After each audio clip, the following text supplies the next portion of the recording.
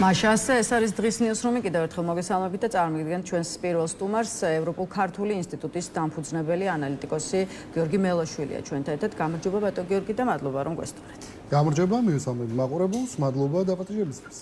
ბატონ გიორგი, სასაუბრო ბევრია, თუმცა მოდით დღეს დავიწყოთ ქართული ოცნების და დასავლელი პარტნიორების ურთიერთობების შეფასებით. თქვენ იცით, რომ ლიეტუვამ რამდენიმე დღის წინ საქართველოს კიდევ 10 მოქალაქეს დაუწესა სავიზო შეზღუდვები, მათ შორის მოსამართლეებს, პროკურორებს, ქართული ოცნების დეპუტატებს, ასევე ანტიკორუფციული სააგენტოს ხელმძღვანელ რაჟდენ კუპრაშვილს, ისე როგორც აჭარის მთავრობის თავმჯდომარე, ახალ თავმჯდომარე სულხან თამაზაშვილს. ლიეტუვის ამ გადაწყვეტილებას კი მწვავე კრიტიკა ახლავს ამ დღეების განმავლობაში ქართული ოცნების მხრიდან. ბალტიისპირეთში ბოლშევიზმი თანამედროვე სახით, მაგრამ ძველი სახელებითა და გვარებით დაბრუნდა. Deep State-ის მართული ხელისუფლებები მოქმედებენ ისე, როგორც ბოლშევიკურ საბჭოთა კავშირსა და ნაცისტურ დასავლეთში. აი ასე ხსნის ქართული ოცნება ლიეტუვის ხელისუფლების გადაწყვეტილებას. თქვენთვის როგორი სახელმწიფოა ლიეტუვა? ეს მინდა გკითხოთ პირველ რიგში. რამდენად ხედავთ, რომ ამ ქვეყანას მართავს არა სუვერენული ხელისუფლება, არამედ Deep State და არ ვიცი, აი რამდენად გამართლებული შეიძლება იყოს ლიეტუვის მმართველობასა და ბოლშევიზმს შორის ტოლობის ნიშნის დასმა.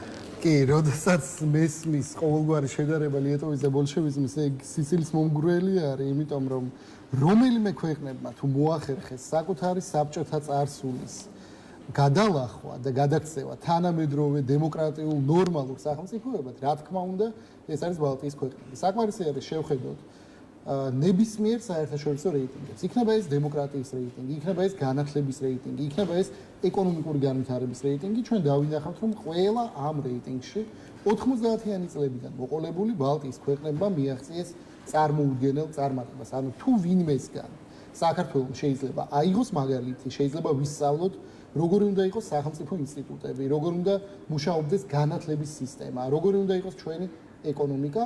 ამ შემთხვევაში ბალტიის ქვეყნები არის ყველაზე კარგი მაგალითი, როგორ შეიძლება წარმატებით განახორციელო პოსტსაბჭოთა ტრანზიცია ერთის მხრივ და მეორეს მხრივ მე მინდა შევახსენო ჩვენს მაყურებელს, რომ ბალტიის ქვეყნებმა მიიღეს ლუსტრაციის კანონები, რომლებიც საქართველოში დღემდე არ გვაქვს მიღებული და მათ მოახერხეს საბჭოთა წარსულის სათანადო და სწორი გადააზრება. ჩვენი ერთ-ერთი უდიდესი პრობლემა არის ის, რომ საბჭოთა ელიტები გადმოპორტირდნენ, სახე შეიცვალეს და ის ცეხავიკური, ცეკასეული მიდგომები, რომელიც არსებობდა საქართველოში საბჭოთა მმართველობის პერიოდში, იგივე გადმოვიდა დამოუკიდებელ საქართველოში და ჩვენ ვერ მოახერხეთ ამ წარსულის სათანადო ისევ ჩვენშია პრობლემა და არა ბალტიის ქვეყნებში. თუმცა ისევ ქართული ოცნების არგუმენტებს ჩავხედოთ. ლიეტუვის, ლატვიისა და ესტონეთის იდეა, როგორმე საქართველოს რუსეთის აგრესიის ქვეშ მოხვეს და ბალტიისპირეთის ქვეყნების მიმართულებით საფრთხების შემცირდეს, ეს არის სცენარი ოცნებაში გაკეთებული კიდევ ერთი განცხადებიდან წავიკითხე ახლა ამონარით. აი რა არგუმენტები არსებობს იმის გასაბათილებლად, რომ ბალტიის ქვეყნებს არ შეიძლება გქონდეთ ასეთი ინტერესი და სურვილი საქართველოსთან მიმართებაში. ქართული ოცნება ყოველთვის ამბობს, რომ მათ უსამართლოდ ექცევიან და არანაირი მტკიცებულებები არ არსებობს და ასე შემდეგ.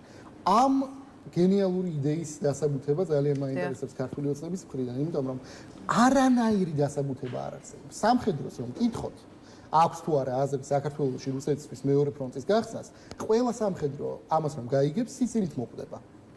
ქართული ოცნებაც მუდმივად ამბობს ერთსა და იმავეს, რომ მათ არ სურთ ომი, რომ ისინი არ ემზადებიან არანაირი სამხედრო კონფლიქტისთვის და ასე შემდეგ და ამ დროს უცებ გვესმის, რომ ბალტიის ქვეყნები აპირებენ მეორე ფრონტის გახსნას. ანუ უბრალოდ კომიკური არის ეს სამხედრო სტრატეგიული თვალსაზრისიდან გამომდინარე. უსაფრთხოებას რაც შეეხება, ბალტიის ქვეყნები არიან ნატოს წევრი სახელმწიფოები. ნატოს წევრებზე ვრცელდება ნატოს წესდების მეხუთე მუხლი, რომელიც არის ერთი ყველასთვის, ყველა ერთისთვის. შესაბამისად, მათ გაცილებით უფრო სერიოზული და მტკიცე უსაფრთხოების გარანტიები აქვთ, ვიდრე რაღაცა გიჟური იდეა მეორე ფრონტთან დაკავშირებით. ამ ყველაფერს ემატება ის, რომ ფინეთი და შვედეთი, ბალტიის რეგიონის უახლოესი მეზობლები, გაწევრიანდნენ ნატოში. ეს მოხდა მას შემდეგ, რაც რუსეთმა დაიწყო საკუთარი აგრესია უკრაინის წინააღმდეგ და ამის შემდეგ ბალტიის ქვეყნების უსაფრთხოება მნიშვნელოვნად არის გაზრდილი და ეს სუვალკის კორიდორი, რომელიც მანამდე იყო სუსტი წერტილი ნატოს შემთხვევაში, ეს არის ტერიტორია კალინინგრადსა და ბელარუსს შორის, რომელიც აკავშირებდა ბალტიის ქვეყნებს პოლონეთთან, აღარ არის იმდენად მნიშვნელოვანი, იმიტომ რომ შეიქმნა ბალტიის ქვეყნების და სკანდინავიის ქვეყნების ერთიანი უსაფრთხოების ხაზი. კიდევ ერთი კითხვა, მაშინ რადგან წინა შეკითხვაზე არგუმენტირებული პასუხი მოისმინა ჩვენმა მაყურებელმა, უშუალოდ შალვა პაპუაშვილის შეფასება მინდა ახლა ვახსენო, რომელიც ამბობს ასეთ რამეს: რთულია ახსნა ის განსაკუთრებული აჩემება, რომელიც ლიტვას და ბალტიის ქვეყნებს ქართველი ხალხის მიმართ აქვთო, ამბობს პარლამენტის თავმჯდომარე. მართლაც რატომ არის ზოგადად ბალტიის ქვეყნები და კონკრეტულად ლიტვაზეც დავსვათ იგივე კითხვა, იმ სახელმწიფოებზე მეტად აქტიურნი საქართველოს საკითხზე, ვიდრე არიან სხვები, ხო? თვითონ შალვა პაპუაშვილის განცხადებით თუ რომ მკითხოთ, რითი უნდა აიხსნას მათი განსაკუთრებული აჩემება? საერთოდ არ არის რთული ასახსნელი ეს. ბალტიის ქვეყნებმა ყველაზე კარგად იციან რა არის საბჭოთა ოკუპაცია, რას ნიშნავს, როდესაც შენი ქვეყანა არის დამონებული რუსეთის მხრიდან და ისინი ძალიან მტკივნეულად და ახლოს აღიქვამენ საქართველოს ბრძოლას თავისუფლებისთვის. 2008 წელს, როდესაც რუსეთი შეიჭრა საქართველოში, ბალტიის ქვეყნებმა ეს აღიქვეს როგორც პირადი დარტყმა, ძალიან ახლოს მიიტანეს გულთან და ჩვენ ძალიან კარგად გვახსოვს მათი მხარდაჭერა. ბოლო-ბოლო ევროკავშირის ლიდერები ჩამოვიდნენ თბილისში და სოლიდარობა გამოუცხადეს ქართულ ხალხს. ანუ ჩვენ და ბალტიის ქვეყნებს გვაქვს საერთო წარსული. ეს საერთო წარსული არის საბჭოთა ოკუპაცია. ეს საერთო წარსული არის რეპრესიები, რომელიც იყო. ეს საერთო წარსული არის საბჭოთა კავშირის მიერ ქართული იდენტობის და ბალტიის ქვეყნების იდენტობის განადგურების მცდელობა.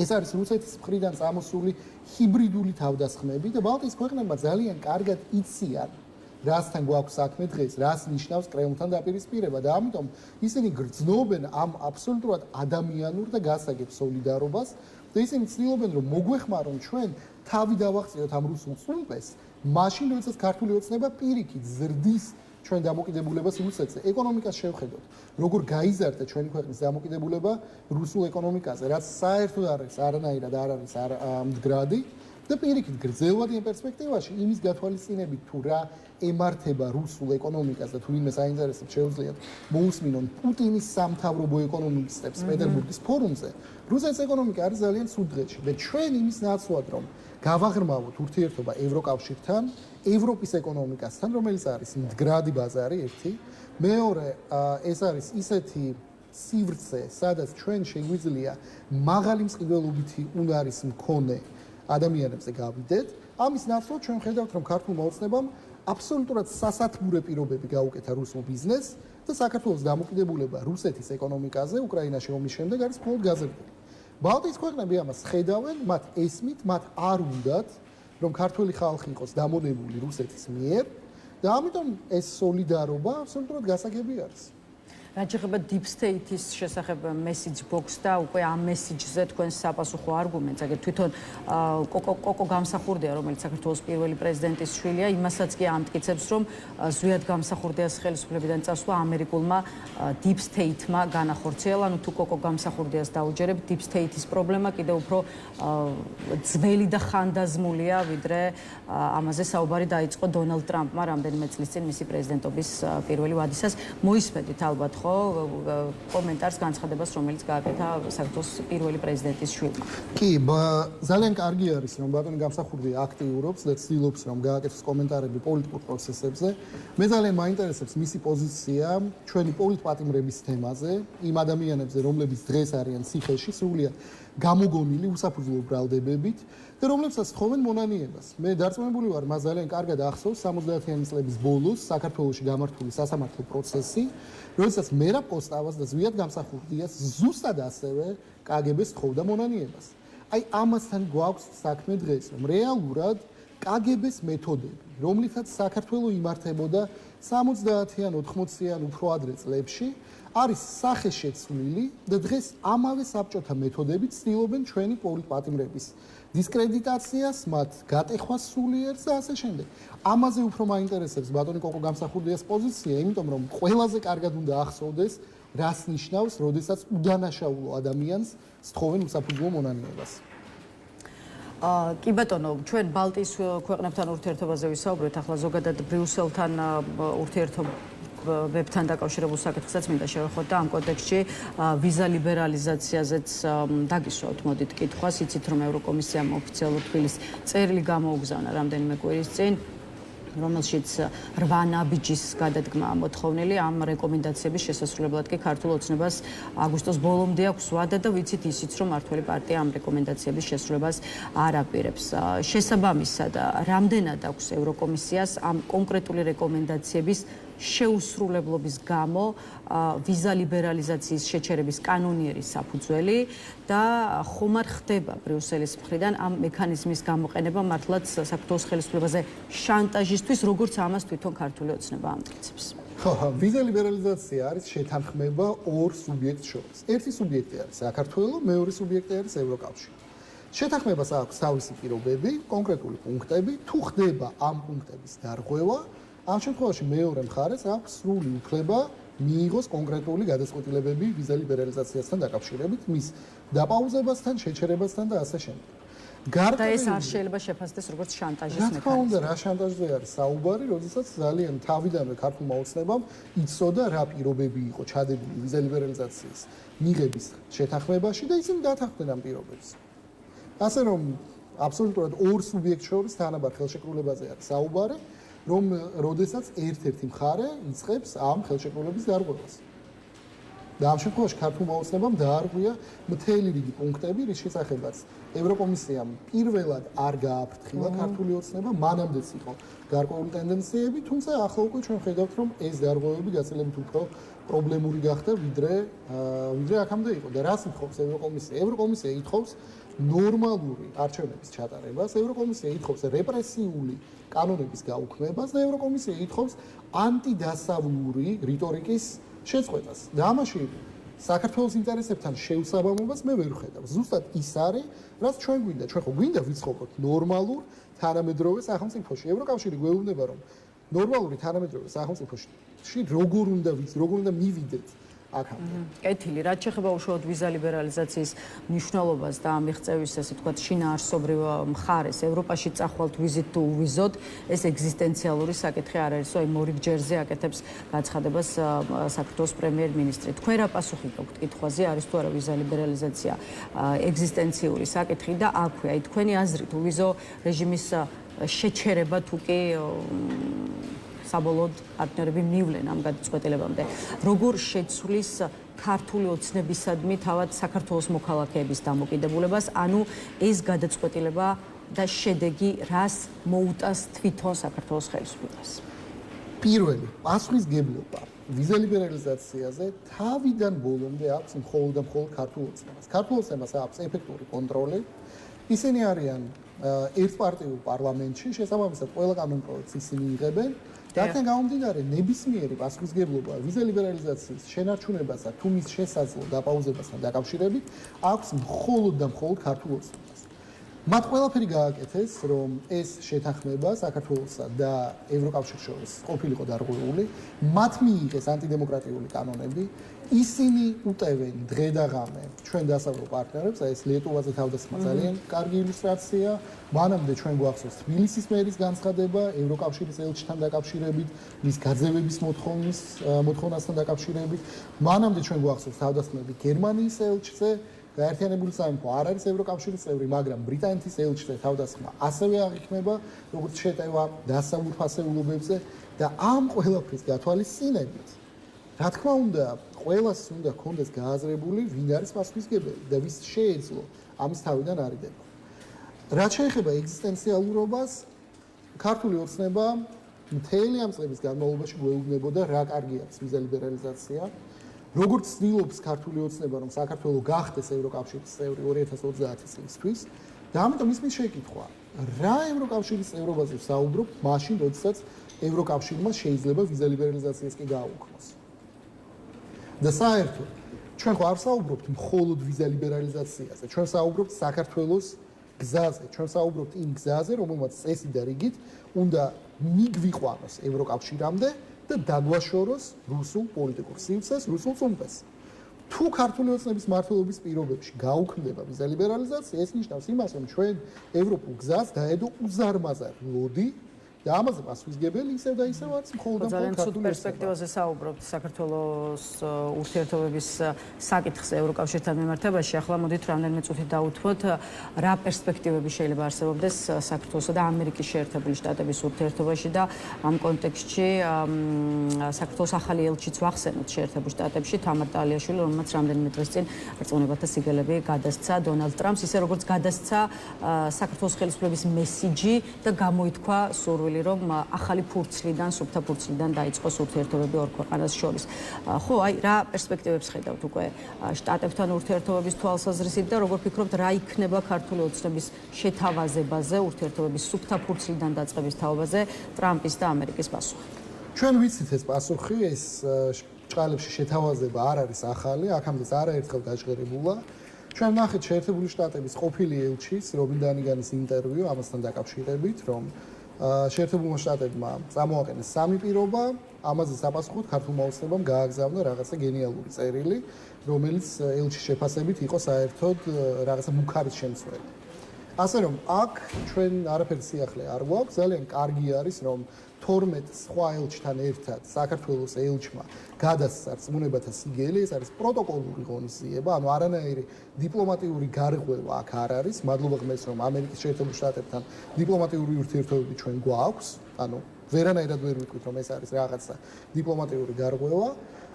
ამ ყველაფერს ემატება ქართული ოცნების ეს ცოტა აღტკინებული რეაქცია ამ ყველაფერზე, რაც ჩემი აზრით საერთოდ გაუმართლებელი არის და ცოტა გაუგებარი არის, რამ გამოიწვია, იმიტომ რომ ჩვენ კარგად გვახსოვს იანვართან დაკავშირებით, როგორ ელოდნენ ტრამპის ინაუგურაციას და ურთიერთობების გადატვირთვას, ეს არ მომხდარა. შესაბამისად, შეერთებულ შტატებთან, ევროკავშირთან ურთიერთობების გადატვირთვას აქვს კონკრეტული პირობები. ევროკავშირის მხრიდან ეს არის ანტიდემოკრატიული კანონების გაუქმება და ანტიდასავლური რიტორიკის შეჩერება.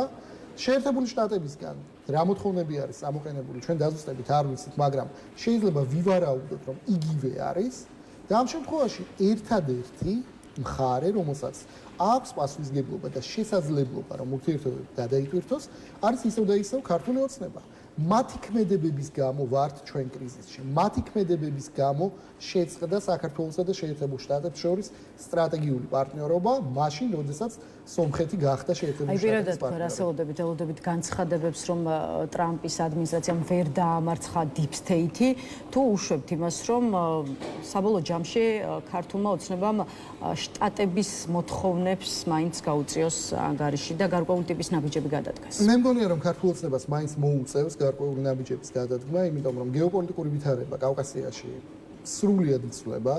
თუ აქამდე აზერბაიჯანი ცდილობდა რუსეთთან კარგი ურთიერთობების შენარჩუნებას, ახლა უკვე ჩვენ ხედავთ, რომ აზერბაიჯანი საერთოდ ეხსნება რუსეთს, სომხეთთან იგივე, თურქეთი არასდროს არ იყო რუსულ გავლენის სფეროში და პირიქით დამოუკიდებელი მოთამაშე არის კავკასიის რეგიონში და გამოდის, რომ ერთადერთი მოთამაშე კავკასიაში, რომელიც დასავლეთთან ასეთ დაპირისპირების რეჟიმში არის შესული, არის მხოლოდ და მხოლოდ საქართველო.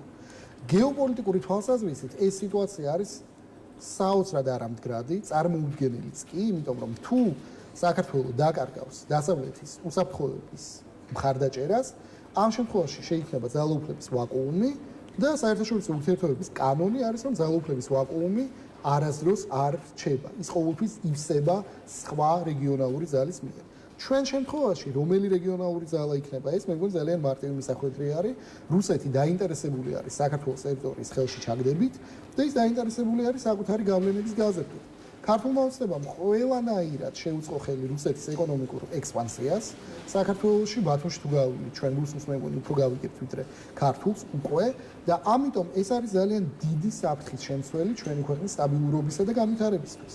ასე რომ თუ ჩვენ საუბრობთ გრძელვადიან პერსპექტივაში, რა თქმა უნდა, ალტერნატივა დასავლეთთან ურთიერთობების არ არის. მეგობარ აქტზეც დავსვა, მოდით ერთ კითხვას, მეგობარ აქტზე, რომელიც სენატში უკვე რამდენიმე თვეა შესული. ახლა როგორც ირკვევა, ვერ მოხერხდა კანონპროექტის ეგრეთ წოდებული ცხელი ხაზით, ანუ განხილვის გარეშე მიღება, ვინაიდან რამდენიმე სენატორი აღმოჩნდა, რომ იყო ამის წინააღმდეგი, თუმცა გვესმის განცხადებები, რომ ეს არ ნიშნავს კანონპროექტის საბოლოოდ ჩაგდებას. აი, აუხსნათ მაყურებლებს ფიქრობს, რამდენად რთულად გასავლელია ის პროცედურები, რომელიც სენატში ელოდება მეგობარაკს და არ ვიცი, რამდენად არის შანსი იმის, რომ კანონპროექტი ბოლომდე ვერ მივიდეს. ორივე შანსი არსებობს. შეერთებული შტატების სენატი არ არის საქართველოს პარლამენტი, სადაც დაჩქარებული წესით იღებენ ყველაფერს, რაც ქართულ ოცნებას უნდა, ასე რომ ეს არის დემოკრატიული სტრუქტურა, თავისი პროცედურებით, თავისი პროტოკოლებით და ასე შემდეგ.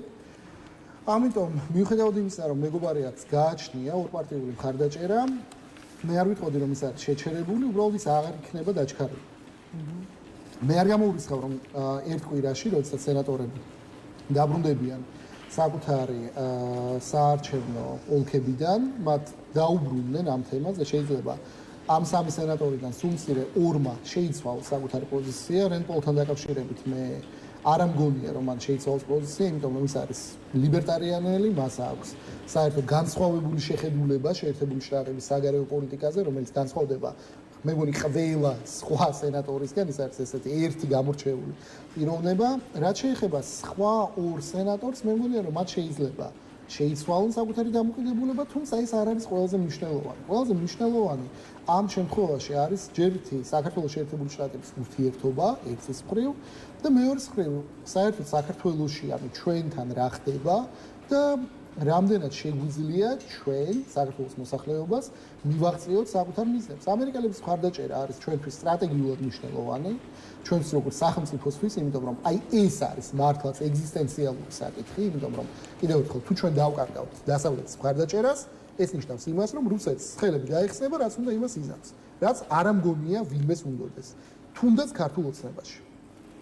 კეთილი ბატო გიორგი, კიდევ ერთ მნიშვნელოვან და აქტუალურ საკითხს მინდა შევეხოთ. ახლა უკვე ეს თემა აღარ უკავშირდება პარტნიორებთან ურთიერთობას და უკავშირდება სახელმწიფო სტრუქტურებში გამოვლენილ კორუფციულ ფაქტებს და მეტიც რამდენიმე ყოფილი მაღალჩინოსნის დაკავებაც ვიხილეთ ბოლო პერიოდის განმავლობაში. ამ დღეებში ჩვენი ცალკეული სტუმრის მხრიდან გვესმოდა განცხადებები, რომ რაც ახლა ხდება კორუფციის წინააღმდეგ ტოტალური ბრძოლა არ არის, არ უნდა შეფასდეს როგორც კორუფციის წინააღმდეგ ტოტალური ბრძოლა, ვინაიდან ელიტურ კორუფციასთან ბრძოლა ყოფილებთან ხელის ფათურს არ გულისხმობს და ეს გულისხმობს მოქმედ გავლენიან ფიგურებთან დაპირისპირებას, რასაც მათივე განმარტებით და რეალურად ასეა ჯერჯერობით ვერ ვხედავთ. აი თქვენ რას ფიქრობთ? საქმე გვაქვს ელიტურ კორუფციასთან ბრძოლასთან თუ რაღაც სხვასთან? ეს მდგომარეობა ყველაზე კარგად აღწერა ჭაბუამირე ჯიბმა დათა თუთაშხიაში, როდესაც არქიფოსეთურს ყავს ვირთხები, რომლებიც ერთმანეთს ებრძვიან. ამ შემთხვევაში, რასაც ჩვენ ვხედავთ, ეს არის დაპირისპირება კონკრეტული პოლიტიკური პარტიის სხვადასხვა კლანებს შორის. ამას კორუფციასთან ბრძოლას ჩვენ რა თქმა უნდა ვერ დავარქმევთ. აი ვისკენ უნდა იყოს ისრები მიმართული, რომ ამას თქვენ დაარქვათ კორუფციის წინააღმდეგ ბრძოლა. რა თქმა უნდა, იმ ადამიანებისადმი, რომლებიც რეალურად ახლა იღებენ გადაწყვეტილებებს და რომლებსაც შეუძლიათ მოქმედი სტრუქტურების დამოუკიდებლობის უზრუნველყოფა. ანუ ჩვენ გვაქვს კორუფციული სააგენტო, ანტიკორუფციული სააგენტო, რომელსაც არაფერი არ გაუკეთებია წლების განმავლობაში და პირიქით, ყველა ის დარღვევა, ყველა ის ბრალდება, რაც ისმის, გააჟღერეს ჟურნალისტებმა, გააჟღერა სამოქალაქო საზოგადოებამ, watchdog-ებმა, რომლებიც წლების განმავლობაში მუშაობდნენ კორუფციაზე და ჩვენ ვერ ვხედავთ, რას აკეთებდა ამ დროს სახელმწიფო სტრუქტურები. და უფრო მეტიც, როგორც ჩანს, ერთი ჯგუფი მფარველობდა საკუთარ ბიზნესმენებს და საკუთარ ჩინოვნიკებს, რომლებიც იყვნენ ჩართულები კორუფციის სქემებში და ახლა უკვე ეს ამ ჯგუფის გავლენა არის შემცირებული და მეორე ჯგუფი ცდილობს, რომ თვითონ გახდეს ამ ყველაფრის მთავარი მაკონტროლებელი. ასე რომ კორუფციასთან ბრძოლას მე ვერ ვხედავ, მე ვხედავ სხვადასხვა დაჯგუფებების დაპირისპირებას, რაც ყოველთვის არსებობდა გვიანდელ საბჭოთა კავშირში ანდროპოლმა იგივე წამოიწყო. ასე რომ აქაც არაფერი ახალი არ არის. ხო, მაშინ კიდევ ერთი კითხვა, ვინ შეიძლება იყოს მაშინ ამ პროცესის მთავარი სამიზნე? ხა ამ კითხვაზე პასუხად ამ დღეების განმავლობაში როგორც პოლიტიკოსების, ისე ანალიტიკოსების ნაწილის მხრიდან ყველაზე ხშირად სახელდება ირაკლი ღარიბაშვილის სახელი და გვარი. აი თქვენი პასუხი რამდენად მიდის ღარიბაშვილამდე და თუ კი მიდის, მაშინ რატომ ირაკლი ღარიბაშვილი რა არის მაშინ ამ პროცესის მიზანი ის რომ ხელბორკილები დაედოს ირაკლი ღარიბაშვილს და თუ კი ფიქრობთ რომ ეს ასეა მაშინ კიდევ ერთი კითხვა ვის უნდა ირაკლი ღარიბაშვილისთვის ხელბორკილების დადება ეს შეიძლება იყოს უშუალოდ და პერსონალურად ბიძინა ივანიშვილი თუ ისევ და ისევ სხვა ვინმე სხვა შეიძლება მივიდეს, შეიძლება არ მივიდეს, ამას მნიშვნელობა არ აქვს. მნიშვნელოვანი ამ შემთხვევაში არის ჯერ ერთი დამოკიდებულება, როგორ გაწირა ქართულმა ოცნებამ საკუთარი პირველი პირები, ადამიანები, რომლებსაც აქებდნენ და ადიდებდნენ. მეორეს მხრივ, რამდენად ორპირობა გამოავლინეს, როდესაც ის ადამიანები, რომლებიც წლების განმავლობაში ამბობდნენ, რომ არსებობს კორუფციული პრობლემები. ქართულ ჯარს აქვს პრობლემები თავდასხმის უნარიანობის კუთხით. იმ ადამიანებს ქართული ოცნება ეძახდა ყველა სიბინძურეს, რაც კი შეიძლება წარმოვიდგინოთ და ახლა აღმოჩნდა, რომ ის ადამიანები იყვნენ მართლები და ის ადამიანები, რომლებიც იკადრეს წარმოუდგენელი, ეძახდნენ სრულიად წარმოუდგენელ შეურაცხყოფელ ეპითეტებს, აღმოჩნდნენ მართლა კორუფციონერები. აი ეს არის მნიშვნელოვანი, ეს სიცრუე და ორპირობა, რომელიც გამოავლინა ქართულმა ოცნებამ. მადლობა ბატონ გიორგი სტუმრობისთვის და თქვენი შეხედულებების გაზიარებისთვის დაგემშვიდობებით ანალიტიკოსი გიორგი მელაშვილი პასუხობდა ჩვენს კითხვებს ახლა რეკლამის შემდეგ კიდევ ერთი სტუმარი შემოგვერთდება ასე რომ დაგვერდით